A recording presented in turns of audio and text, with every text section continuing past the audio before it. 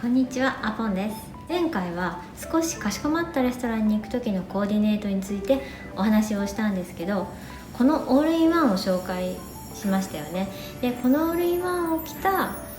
入学式、入園式、結婚式のコーディネートを見たいと、ありがたいことにリクエストをいただいたので、そちらをコーディネートもご紹介していきたいと思います。で、これはあくまでも私の個人的な考えであって、それが正解とは全然限らないので、あくまで一つの意見として聞いていただけたら幸いです。例えば卒園式だったら、私はこんな格好で行きますね。いつも使ってるこのジャケットにこういったアクセサリーをつけて、でシルバーがもともと多いのでいつものアクセサリーをつける。で、足元はこのフラットシューズを選びます。こういった感じですね。で、お次は入学式、入園式とかですね。入学式、入園式だったらこ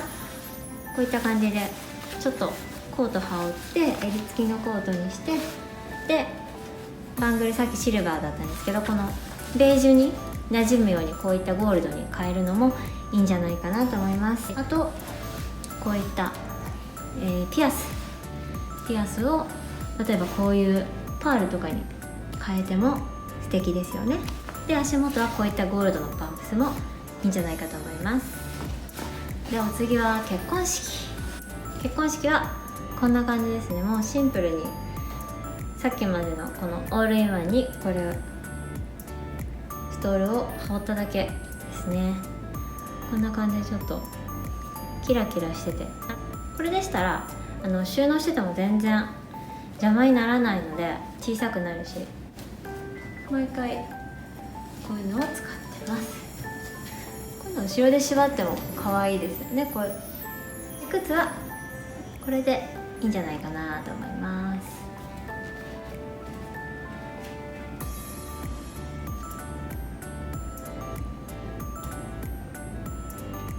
一通りこんな感じです。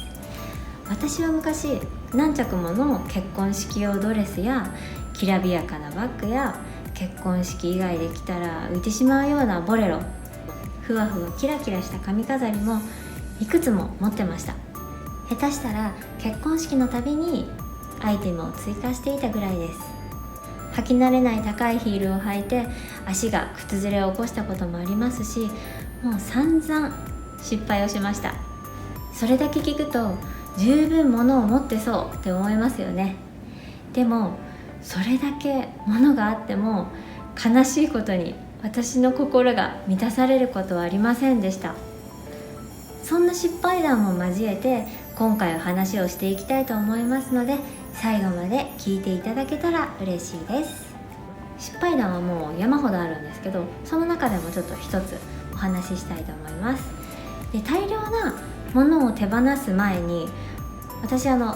構青色が好きなので綺麗な濃いブルーの結婚式用のドレスを持っていたんですね。で、1回目結婚式があって1回目使った時はなんと思わず着ていたんですけど、こう2回目くらいからだんだんあれってなってきて、こうひらひらっとしてるデザインや少し背中の開いたデザイン、そして1回目着た時と若干服の趣味が変わった自分、年齢と合わなくなってきた気がして不安になったこともありました。冷静になって今考えると、この行動を数々のアイテムに繰り返し行っていたことに気づいたんです。もったいないですよね。過去の私にとってファッションは背伸びの連続だったなと感じることが多くて、もう常に自分に足りてないものを探し続けちゃうんですね。結婚式の時って男性は余興とかでもない限り、スーツ一択ですよね。で、考える時間も、そんなかからないのに対して、女性はどんなドレス着よっかなとか、羽織どうしよう、靴どうしよう、バッグどうしよう、もう髪型もどうしよう、アクセサリーもどうしようってどうしようだらけなんですよね。考えていると頭の中がもうパニック状態になって、私は本当に日にちが近づくと焦りがもう強まってました。そんな経験はありませんか？やっぱり雑誌やネットを開くと気持ちを焦らせてくるような情報がもうたくさんあって、キラキラした華やかなものを買わなくてはいけないといった感じで、なんか無意識のうちに脳にこう刷り込まれちゃってる、何々しなくてはならないみたいな感じで刷り込まれちゃっているかなと思って、本当にそうしなきゃいけないのかなと思ったんですけど、いや多分それはちょっと違うかなと思い始めて、まず見ず知らずの誰かによってこうした方がいいんじゃないかっていうルールに振り回されてないか、あとみんながやっているからっていう思考になってないか見つめ直す。結婚式って何しに行く場所だっけって考えた時に、自分が着飾って背伸びして疲れに行く場所でもないし、誰かとおしゃれを競うわけでもないし、やっぱり笑顔で祝いに行く場所ですよね。すごくシンプルなことなのに小さなことにとらわれてしまってる自分がいました。私はこういうスタイルだって胸を張って、あとは心からおめでとうって言えればいいんじゃないかなと思いました。真っ黒なねこう格好にならなければいいだけの話で、シンプルなドレスに自分のお気に入りのアクセサリーを身にまとって、高いヒール無理して履かなくてもいいし、頑張ることを手放せば余計な出費も減りますし、時間もねたくさん手に入れることができるので生きやすくなります。私はそう決めてからは本当にストレスも減って楽になりました。きっと無意識にやっていたことに意識を向けたのが良かったのかなと思います。華やかなドレスも本当に可愛いし見とれちゃうんですけど、大切なのはもうそわそわせずに背筋をピッと伸ばして堂々としていればきっとかっこよく映るだろうし、魅力的ですよね。私の息子の入学式に黒のスーツでビシッと決めてるお母さんを見かけた時、もう本当にすごく素敵で、これだなって気づきました。周りの人にこの人はこういう人、こういうスタイルなんだって分かってもらえれば、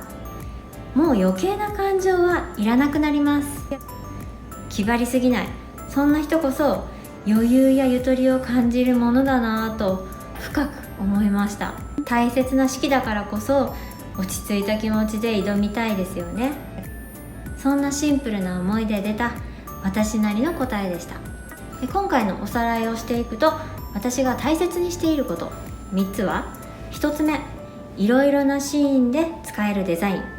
2つ目は手持ちのアイテムとマッチしていること。で3つ目が私は私なんだと他人と比較しないで自信を持つことです。これをやっているからこそ物が少なくても今は心が満たされてるんだと思います。いつも高評価や温かいコメント本当にありがとうございます。また次回の動画でお会いしましょう。ありがとうございました。